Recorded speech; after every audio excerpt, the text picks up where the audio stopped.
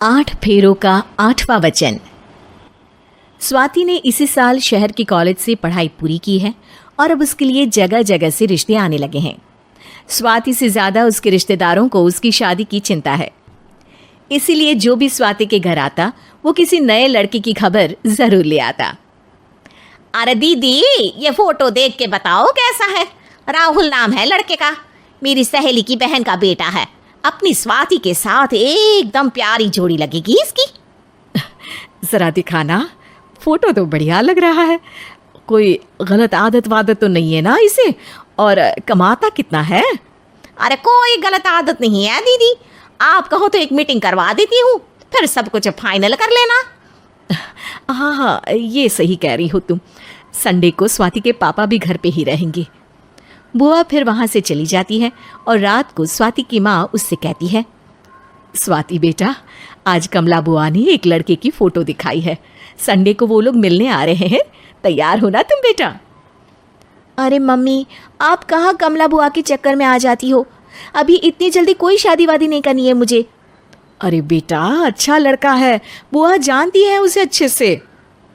हाँ स्वाति बेटा, एक बार मिल तो लो, बाद में देखेंगे आगे क्या करना है। वैसे तो कमला रिश्ता लाई है तो मना करने का तो कोई सवाल ही नहीं उठता।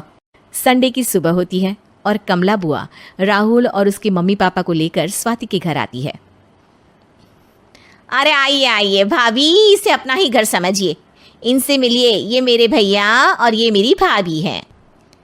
नमस्ते भाभी जी, ये है हमारा लड़का राहुल, सरकारी नौकरी की तैयारी कर रहा है ये।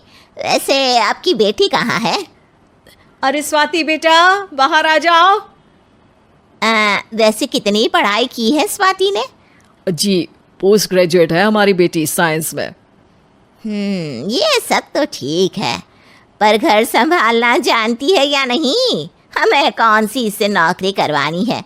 नौकरी तो मेरा बेटा करेगा ही। पर मैंने इतनी पढ़ाई की है और आप चाहती हैं कि मैं घर पर ही बैठी रहूं? अरे स्वाति बेटा, ये बड़ों की बात में तुम कहाँ बोल पड़ी? हम सब देख लेंगे क्या करना है क्या नहीं। हम तो इसी बात में विश्वास करते हैं कि घर के लड़के घर में ही रहे तो ज़्यादा अच्छा रहता है।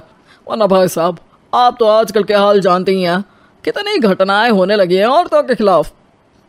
स्वाति बेटा, रसोई का काम तो पूरा जानती हो ना? शादी के बाद तुम्हें ही संभालना है वो सब। अरे बहुत अच्छा खाना बनाती है ये, आप सब लोग इसकी तारीफ करते नहीं थकेंगे। लो भाई, हो गई मीटिंग, अब शादी की तारीख फाइनल कर लेते हैं। क्यों भैया? भाई, हम तो पंडित जी से चर्चा करने के बाद ही तारीख फाइनल करेंगे। सालों से हम उनकी बातें मानते हुए आ रहे हैं।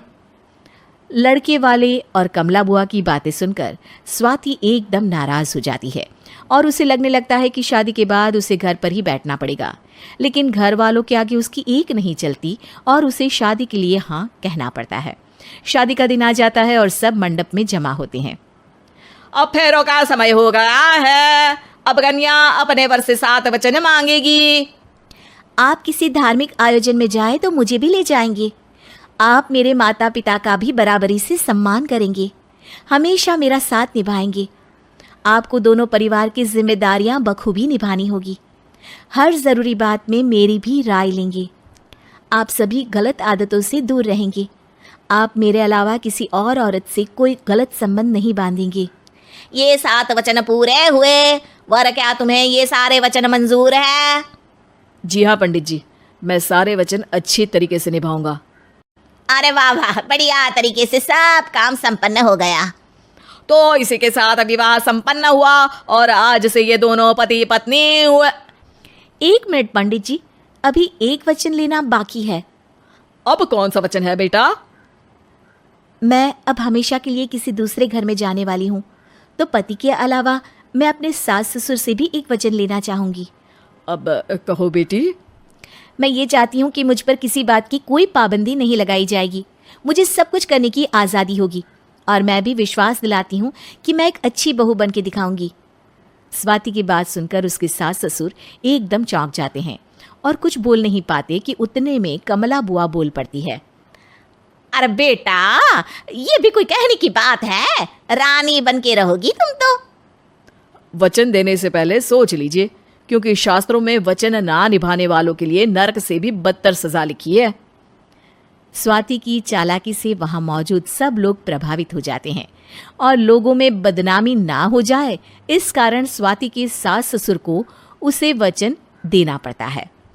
और कैसी अपशकुन वाली बातें कर रहे हैं आप पंडित जी? हमें मंजूर है बेटा तुम्हारी शर्त।